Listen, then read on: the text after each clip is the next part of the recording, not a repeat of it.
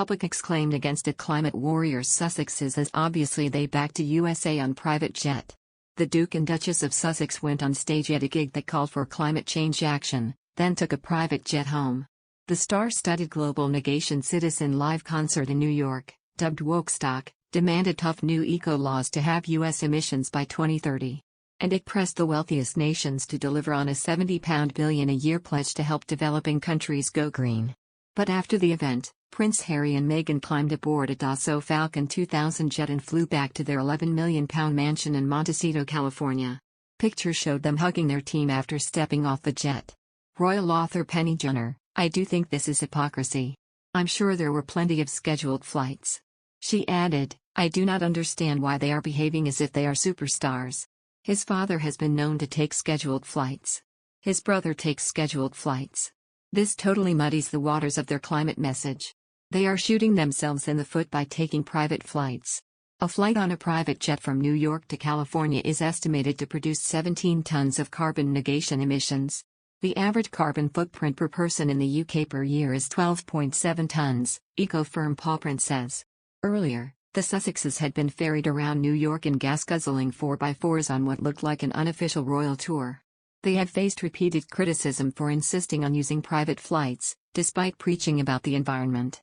The Sun revealed in 2019 that the pair had taken 6 of 10 round trips on private jets since getting married the previous year. It included a flight to Italy for a Google Climate Change Summit, as well as trips to Ibiza and Nice. Harry also took a private plane home to California after a polo tournament for his Santa Bail charity in Aspen, Colorado, in August. The prince has previously defended his use of private jets and insisted that he spends 99% of his life traveling via negation commercial flights. In 2019, he said, "Occasionally there needs to be an opportunity based on a unique circumstance to ensure that my family are safe, and it's genuinely as simple as that."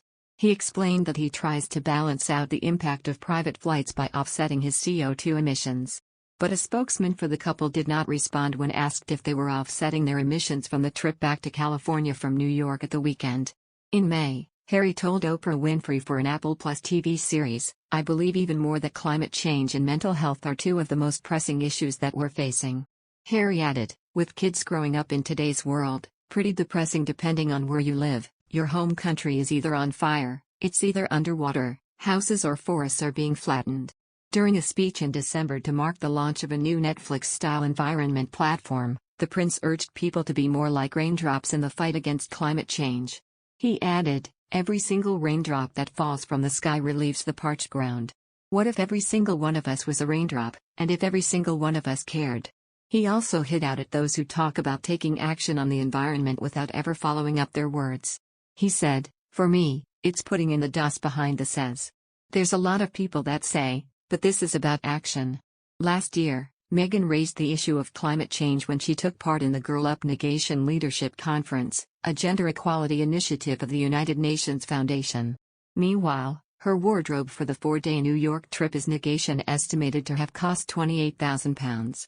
On a visit to the World Trade Center and 9/11 Memorial, she wore a £1,000 heavy black wool Emporio Armani coat, £650 matching black trousers and £450 Aquazzura heels. She chose a £3,200 Max Mara camel coat when she rubbed shoulders with world leaders at the UN on Thursday. On Friday, she donned a £6,695 outfit, including a £3,850 Loro Piana cashmere coat, £1,300 negation trousers and £425 Manolo Blahnik stilettos, for a visit to school in poverty-hit Harlem. Public records show 94% of the children there qualify for free meals. On Saturday, the Duchess returned to the UN while in a £4,500 Max Mara outfit.